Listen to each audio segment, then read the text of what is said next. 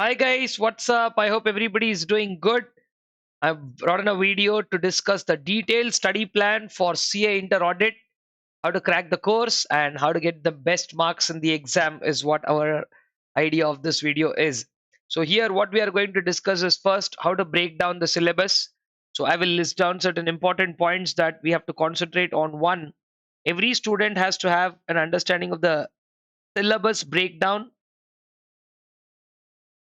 followed by understanding of the classes or coaching, however you want to call it as. Then it is very important to understand that for qualifying an exam like CA final, how important revision aspects are. Then we will also throw a little light on MCQs, because many people are really worried that I'm not practicing any MCQs, will this be good enough or what should I do? So I'm going to address that issue as well.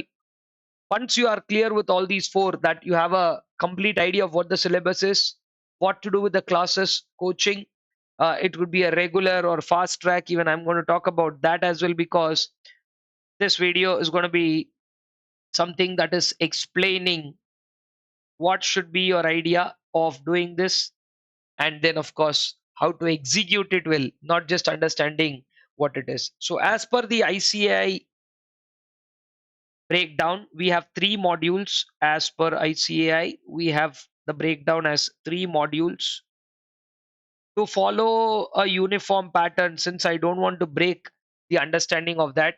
And I have not really sure that whom you have done the classes with. So notwithstanding any of that, I will go by the same three uh, modules as per ICI, because that will be convenient for all of our discussion. And if you guys have done any different book which classifies it into two modules, or interchanging of chapters between these modules, it's all up to the respective people. But let us see on what we are predominantly supposed to focus on.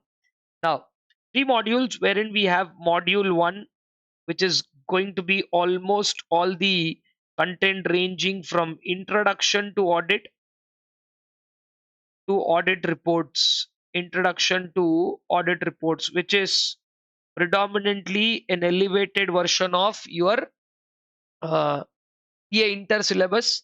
And herein, as per the institute's breakdown, we have 7 chapters. Now, after this, we have module 2, wherein we have the first 4 chapters, 8, 9, 10, and 11. These are the 4 chapters with special standards. Which I say that it has the 8 series of standards: SRS, SRE, SAE. All of those special standards are covered here. I'm making a specific mention of chapter 12. 12th chapter is a new inclusion, which is called as digital audit. And of course, 13th one is already there, which is called group audit. And 13 and 14 are both from past. This is a combination of both audit of banks and NBFCs, right? So here I'm not really worried about giving a breakdown of these 7 chapters, because you have to anyway do the 7 chapters in a flow, ranging from preliminary engagement activities of taking up an engagement, quality control aspects, to giving a complete audit report. We have to go by that. Then coming to module number 3, from module 3, if you look at what is going to be the most important thing here, 15 and 16 are two simple chapters. This is audit of PSUs, and 16 is an exclusive discussion on internal audit. So 17 is a very interesting chapter, which is having a 3 part split, which is called due diligence, investigation, and an insight on forensic audit. And 18 is a new inclusion, as I've discussed past, right? 12 and 18, both are new topics. This is ESG, okay, and also they have put up Sustainable Development Goals, SDG and ESG is a completely new topic. And then 19 is one of the most valuable things of that module, called the professional ethics, which are the extracts of the Chartered Accountants Act.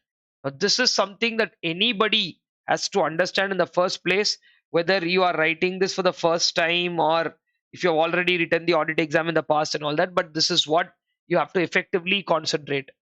Now, from here, what we need to do is to consider doing a drill down of what we have to take in.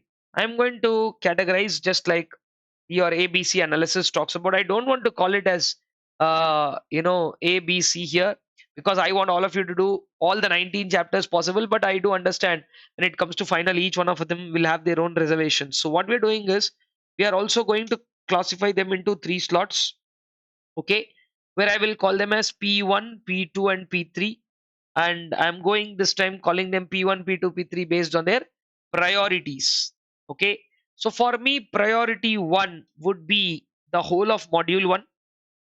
Okay, because that is roughly going to be about 50% of the total papers questions from standards and all of that.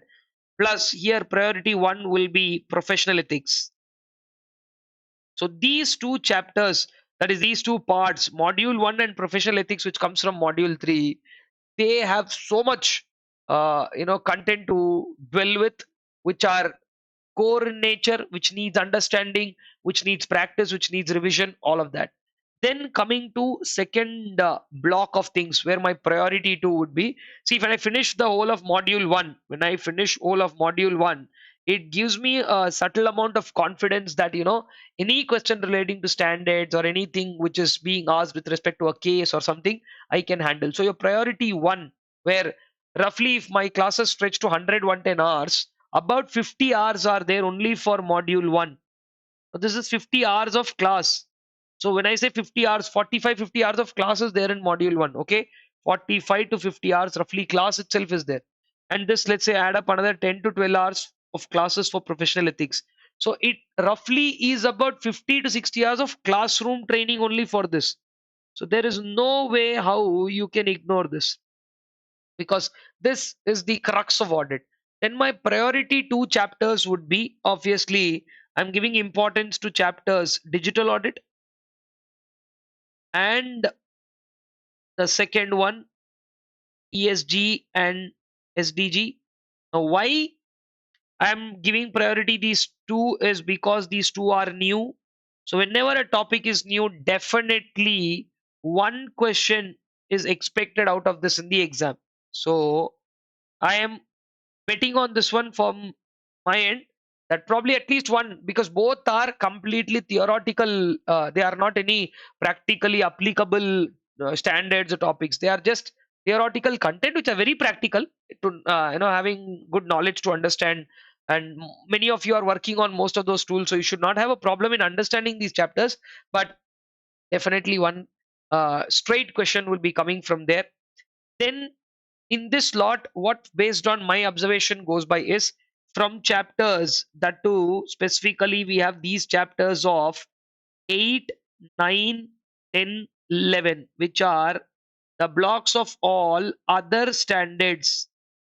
Okay, these are other engagement standards, wherein I'm saying that at least 1 or 2 questions are possible. So that is why I'm throwing them into that category. And then from this, I put up PSU audit always in my priority list too. Okay, so this entire thing, after you finish from where you start here, and you are coming up till here. Now, priority 3 are items that you can come towards the end. Maybe even if you have a little, that is chapter number 14, audit of banks. See, audit of bank, I'm not saying questions will not come from there. I'm saying they are only 2 questions, possibly maximum 4 to 6 marks weightage be there. But audit of banks and NBFCs, one question can come, but there is so much of content in that, so you can dwell down slowly. And same thing we can do with internal audit, small topic, but again, that is chapter number 16, I guess. Yeah, internal audit.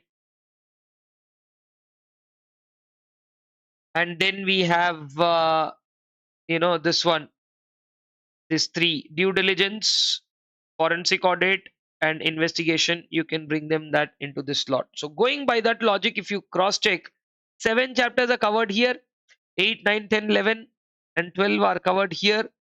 Chapter number 13 is group audits. Yeah, that I can add here. One question can definitely come from group audit. small topic, but you can come down to that towards the end because you can finish it fast.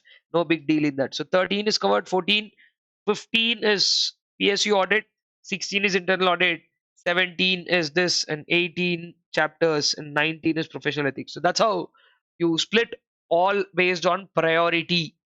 So I guess this first 10 minutes of the video has given you an understanding of what the whole syllabus is and the order of priorities where you have to finish and watch classes to also wrap up this. Once this is done, then going by my understanding and the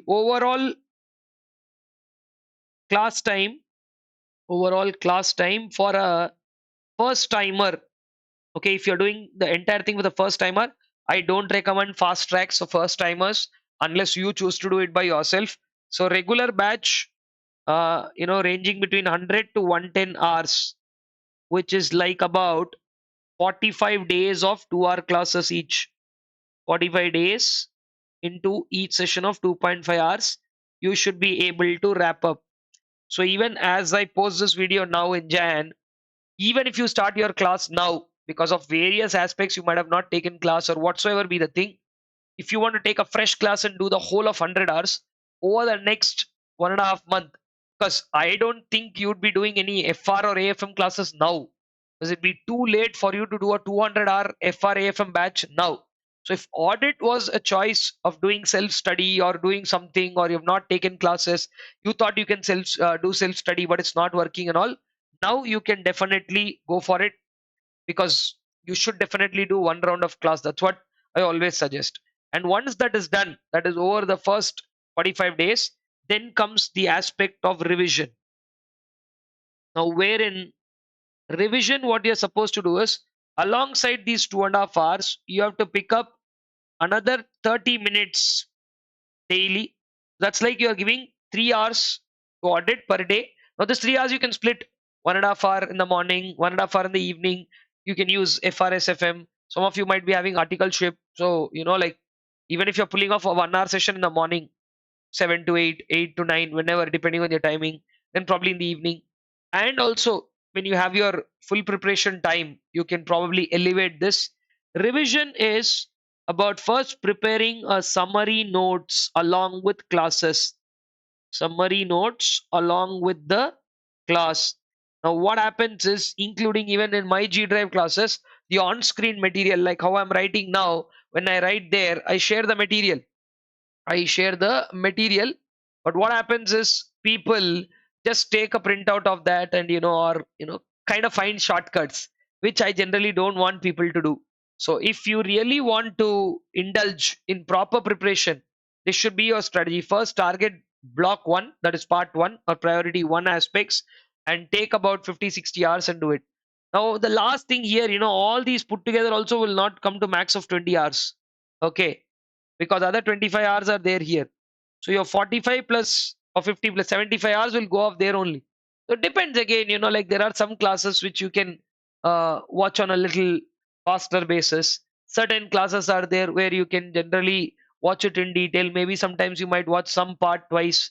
So using all that, you should be able to finish the class, alongside the class, summary notes along with the class. Now what you should do is, summary notes has to be revised daily. Okay, whereby you can cumulatively run through just and then start doing it. Now by doing this, what happens is, it gives you another 90 hours of revision time, another 90 hours of revision time for the next 45 days. Okay, I'm counting Feb, which is having 29 days. I'm counting March, that has 31 days, so that is 60, and the whole of April, which is about 30 days, 90 solid days. And when I'm doing this in Jan, I'm discounting the whole of Jan. So if you start immediately, also you will have an ample amount of time. Plus, for the May 24 exams, if there is a general election, you will additionally get a week or 10 days of time. I'm not really sure anything on that, so I'm not even counting the time. With 90 days of time, 45 split on coaching and 45 split on revision time. And in this 90 hours, you will follow the same pattern of P1, P2, and P3, where P1 will take the larger chunk of about 50 hours of this revision time. and then you can split the other two between this. Now if you think that this goes up to 60 also, it's okay, wherein you can try out and kind of balance this, because by the time you're doing that revision, you can't give the whole day to this, right? There again you can kind of 2 hours only. I'm budgeting 45 days of 2 hour revisions, 1 hour 1 hour somewhere, and you have to fit in FR and AFM because that's going to be long. Guys, from my side, it looks like it's a very workable plan. So think of what you can do. And the last thing that I would want to address is about the MCQs. Now, MCQs, I have been telling this for a long time.